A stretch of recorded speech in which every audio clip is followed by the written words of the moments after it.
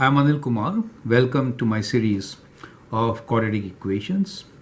In this video, we will write quadratic equation in standard form for the given roots. So I'll take a few examples. Before that, let me share with you a concept. Normally, a quadratic equation is written in the form of y equals to ax squared plus bx plus c, right? Now, this quadratic equation could at the most have two roots, right? So let us say that the roots are x1 and x2. Let us say these are the two roots for the equation. When we say roots, that really means that if I substitute x1 here, then I'll get 0. It really means that if I write ax1 squared plus bx1 plus c, what should I get? I should get a 0. That is what it means, right? Similarly, if I write x2 here, then also for that value, I should get 0 as the value of y.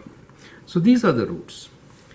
In a graph, if you plot a graph, the roots will be x-intercepts. Okay.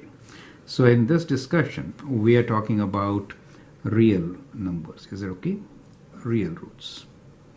So we are saying that where x belongs to set of real numbers, right? We'll consider x belongs to complex numbers in a separate video. So now you understand that when we say roots or sometimes solution, it really means that for that value, y is 0. For that value of x, y is 0. Now, one of the easy way of getting the solution is, if we know the roots, we can write y equals to x minus x1 times x minus x2, right? So this is the factored form. And if you write like this, then you are ensuring that if I write x as x1, then x1 minus x1 will be 0, right? So you can see, if I substitute x1 for x, if I write x equals to x1, what do I get? I get y equals to x1 minus x1 times x minus x2. Now, x1 minus x1 is 0, so it becomes 0 times x1 minus x2. That has to be 0. Is it okay? So, substituting the value of root will always give you 0. Similarly, you can try for x2. If I replace this x with x2, the second term will be 0. 0 times anything will be 0. Is it okay? So this is the basic concept. Now in this video, we are discussing how to write quadratic equation in standard form. That is the factored form. Now how do you get standard form from here? Let's look into that right now. Standard form. Now as you know, standard form is ax squared plus bx plus c. Now this is the intercept form, x minus x1 times x minus x2. Let us expand. If I expand, I get y equals to x times x, which is x squared, minus x times x2, which is let's say x times x2. And then multiplying with minus x1, we get minus x times x1. And when you multiply these two, minus minus becomes plus. You get x1, x2. Is it okay? Now we could take x common here and rewrite this equation as x squared minus, if I'm taking x common, I get x2 plus x1 in between, right? x2 plus x1 times x plus x1, x2. Is that okay?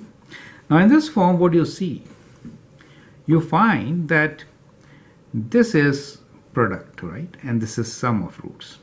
Is it okay? It is sum of roots. So now, from here, what we conclude is something like this. It's a very, very important conclusion. We could write the quadratic equation y equals to x squared minus sum of roots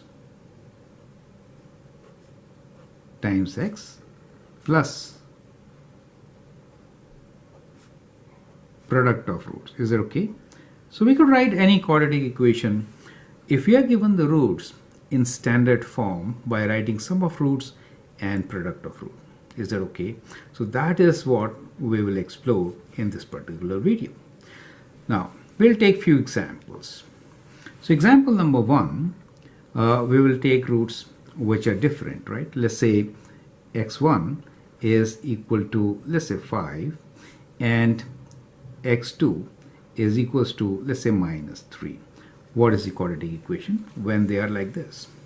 We could take an example where the real roots are, let's say x1 equals to, let's say 2, and x2 equals to minus 2, right?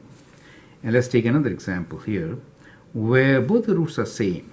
So we are saying x1 equals to x2, and let's say it is equals to, let's say 3. Okay. So these are 3 different examples, and we need to write quadratic equation in standard form when these roots are given. Now for a quadratic equation, if it has a root, it will have either 1 root or 2 roots, right?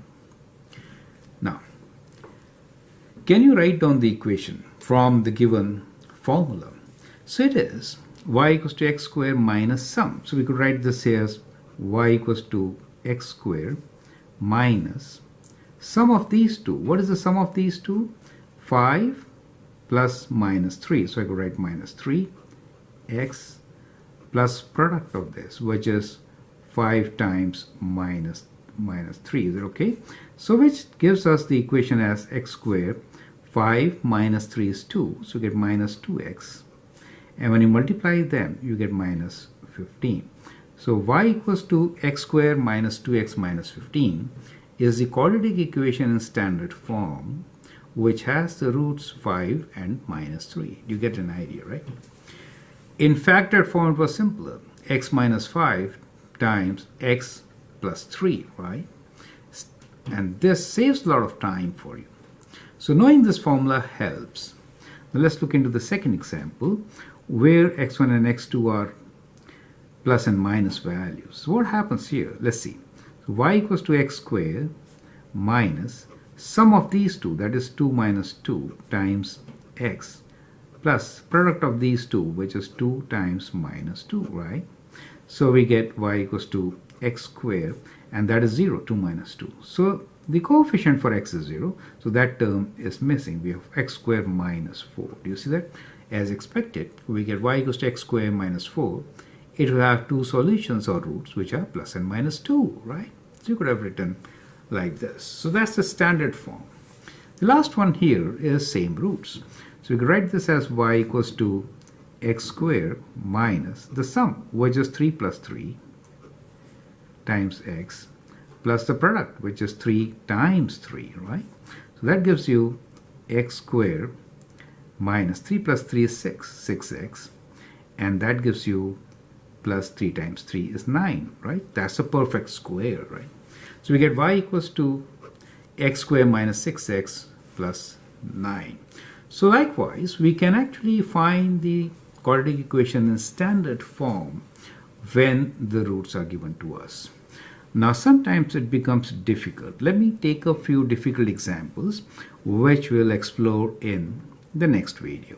Let us say we have radical roots. Let's say x1 is equal to, let's say we have the value 1 plus square root 2, right?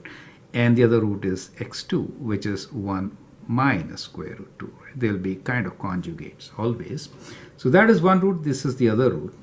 Let us say these are the 2 roots. How do you find the quadratic equation? So you can do this as an exercise, right? That's not very difficult.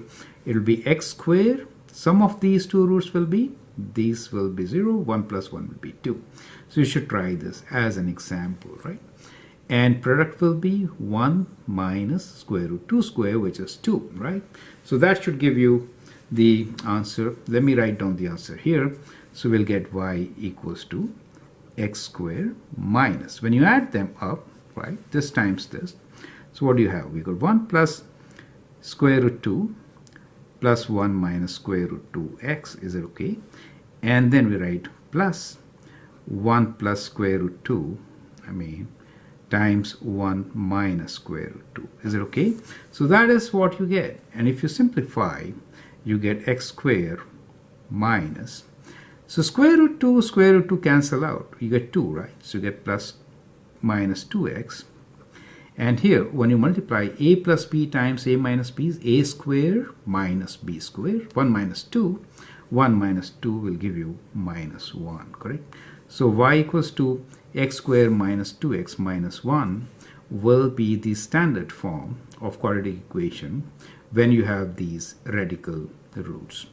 Now in the next video, we'll explore further how to find quadratic equation standard form with radical roots, right? So we'll have alternate way of solving such questions. I'm Anil Kumar, and I hope that helps. Thank you and all the best.